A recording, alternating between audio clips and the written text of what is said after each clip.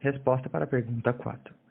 Durante o século XVIII, muitos pesquisadores no continente europeu investigavam as propriedades dos raios catódicos. Radiação que consiste em feixes de elétrons emitidos por um cátodo num tubo a vácuo, e que veremos no decorrer da apresentação. E nesse contexto, acabavam produzindo raios X, mas sem sequer saber ou notar isso, pois a radiação não tem grande interação com a matéria, o que faz com que não seja detectada tão facilmente. E foi assim, posteriormente, que entrou em cena o cientista Röntgen. No ano de 1895, Röntgen descobriu os raios X, mas ainda nessa época ninguém sabia do que se tratavam os raios emitidos. Acreditava-se que eram ondas eletromagnéticas, mas ainda sem argumentação convincente. 2 anos depois, o cientista inglês Thomson descobriu e demonstrou que os raios eram formados por partículas com carga negativas, que hoje sabemos se tratar de elétrons. Mas para isso, Thomson usou um experimento no qual ajudou para o descobrimento do elétron, chamado de ampola de Crookes. A ampola de Crookes é um experimento desenhado por William Crookes, que foi um químico e físico inglês que frequentava o Royal College of Chemistry, em Londres, trabalhando em espectroscopia. Além da criação da ampola, Crookes descobriu um elemento que tinha uma linha de emissão verde brilhante no seu espectro, a qual deu o nome de tálio, que é elemento químico de número atômico 81. Também identificou a primeira amostra conhecida de hélio, em 1895. A ampola de Crookes foi criada em 1850, também chamada de tubos de raios catódicos. Esse experimento permitiu observar a existência de elétrons presentes nos gases. O fato de não importar o gás presente dentro da ampola demonstrava que todos possuíam o mesmo tipo de partícula. A experiência consistia em um tubo de vidro com 2 eletrodos em suas extremidades. Havia uma abertura para possibilitar a retirada do ar dentro da ampola, criando um vácuo moderado dentro da mesma. Quando os eletrodos eram submetidos a uma grande diferença de potencial, cerca de 10.000 volts, surgiu uma luminescência na parede oposta ao cátodo, eletrodo negativo, que recebeu o nome de raios catódicos.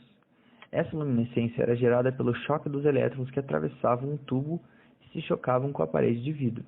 Observou-se também que quando um anteparo era colocado entre os 2 eletrodos, era formada uma sombra no formato do anteparo, demonstrando a trajetória retilínea do raio. Crookes prosseguiu com diversas modificações da ampola, a fim de detectar diversas características do feixe luminoso. Ao inserir uma pequena roda de paz entre os 2 eletrodos, ele pôde verificar 2 coisas. A primeira era a direção do feixe luminoso. Como a roda girava em direção ao ânodo, mostrava que o feixe vinha do cátodo. A segunda demonstração é a de que se o feixe podia gerar a pá, ele era composto por partículas com massa, e não energia. Assim, o físico inglês Thomson usou essa ideia em 1897 e colocou um campo elétrico externo ao tubo de raios catódicos. Ele observou que o feixe era desviado no sentido da placa positiva, sendo, portanto, partículas negativas. Ele observou também que podia repetir esse experimento com o mesmo resultado, pois mesmo se mudasse os gases que se encontravam dentro do tubo, o valor da carga elétrica sobre a massa seria sempre igual a 1,75805 vezes 10 a 11. Isso era significativo, pois mostrava que era uma característica de toda a matéria e, consequentemente, do constituinte da matéria, o átomo. Desse modo, descobriu-se a existência da partícula subatômica, o elétron. As experiências de Thomson podem ser consideradas o início do entendimento da estrutura atômica. Suas experiências com os tubos de raios catódicos de Crookes permitiu concluir irrefutavelmente a existência dos elétrons.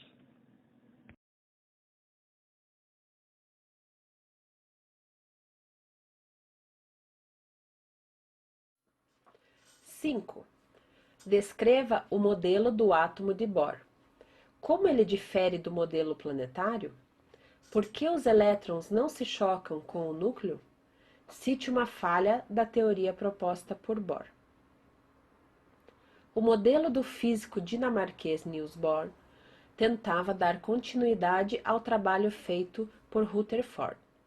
Para explicar os erros do modelo anterior, Bohr sugeriu que o átomo possui energia quantizada. Cada elétron só pode ter determinada quantidade de energia, por isso ela é quantizada. O modelo de Bohr representa os níveis de energia. Cada elétron possui a sua energia. É comparado às órbitas dos planetas do Sistema Solar, onde cada elétron possui a sua própria órbita e com quantidades de energia já determinadas.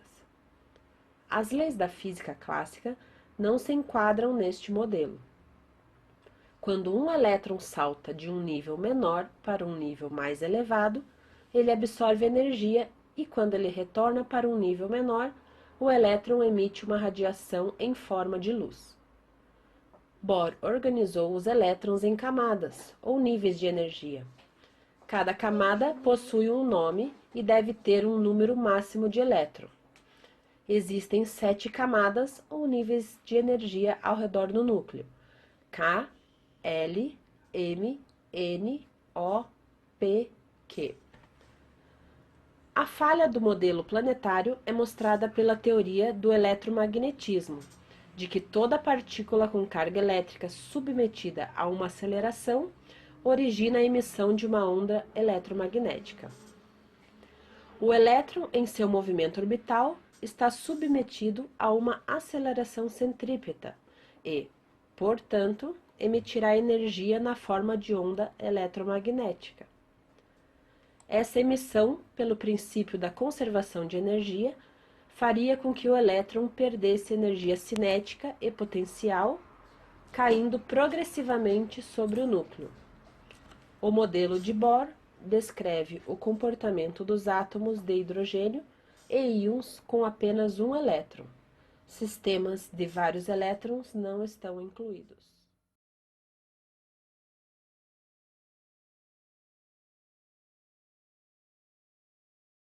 A grande diferença entre o modelo do átomo de Bohr e o princípio da incerteza de Heisenberg é que o modelo de Bohr, os elétrons ocupam níveis de energia definidos.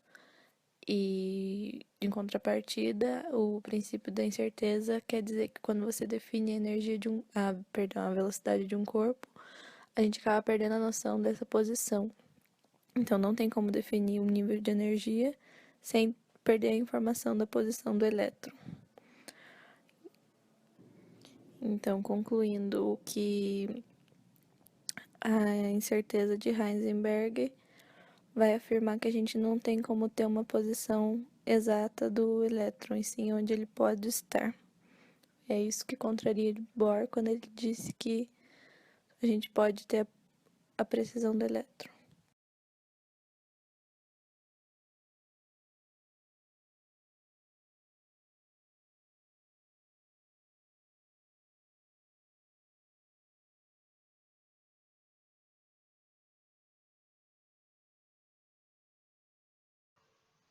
Antes da teoria de Louis de Broglie, a matéria era considerada uma partícula, por causa do efeito fotoelétrico, que funcionava da seguinte forma.